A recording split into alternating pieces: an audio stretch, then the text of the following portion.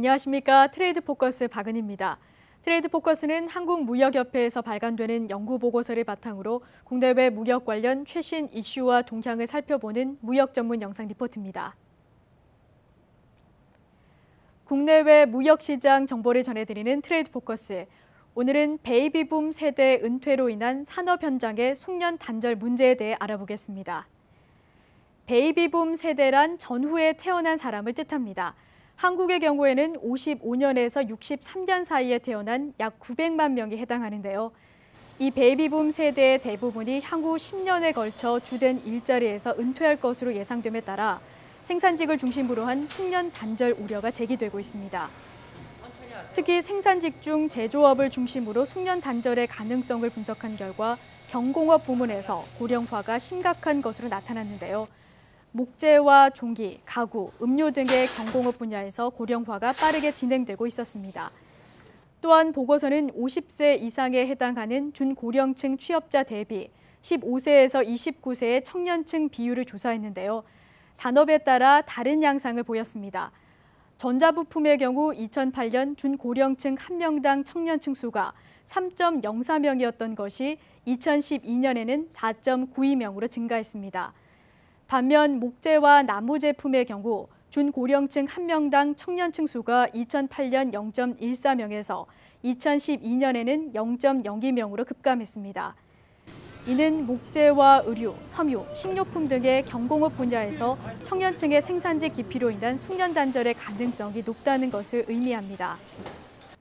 따라서 이러한 문제들을 해결하기 위한 방안 마련이 무엇보다 시급해 보이는데요. 우선 우리 교육 시스템에 대한 수정이 필요합니다. 현재는 인문계 고등학교의 교육 시스템이 대학 진학 위주로 짜여 있다 보니 대학 진학에 뜻이 없는 학생들이 직업 능력을 배양할 기회를 놓치고 있습니다. 이러한 인문계 고등학생들을 대상으로 위탁 직업 교육을 확대 강화한다면 학생들의 진로와 우리 산업계에 긍정적인 결과를 가져올 것입니다. 이러한 직업 교육은 고등학생뿐 아니라 대학생에게도 적용될 수 있는데요. 향후 몇 년간 과도한 대학 진학에 따른 대졸자의 하향 취업이 확대될 것으로 예상되므로 이들을 대상으로 직업 교육 훈련을 확대해 적합한 일자리를 찾도록 하는 것입니다. 특히 보고서는 대학 교육이 기업이 요구하는 인재를 키우는 데 있어 부족하다는 지적을 없애기 위해 도제제도 도입을 언급하고 있는데요. 대학생이 재학 기간 중 기업의 생산 현장에서 실무 지식을 익히고 경험을 함으로써 졸업 후 직업 세계로의 이행을 촉진할 수 있다고 설명합니다.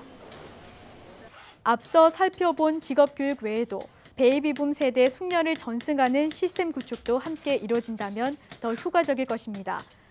중고령 인력의 은퇴는 단연간 축적된 숙련 기술과 노하우가 사라지는 것을 의미하므로 국가적 차원에서 숙련을 전승하기 위한 노력이 뒤따라야 합니다. 고령 인력이 갖고 있는 노하우나 기술 등을 데이터베이스화하는 한편 이들을 훈련 교사로 활용해 숙련 기술의 세대 간 전승이 활성화되도록 할 수 있습니다. 정부는 최근 오는 2017년까지 고용률 70% 달성이라는 야심찬 계획을 발표했습니다. 이 목표 달성을 위한 방법 중 하나가 양질의 시간제 일자리를 늘리겠다는 건데요.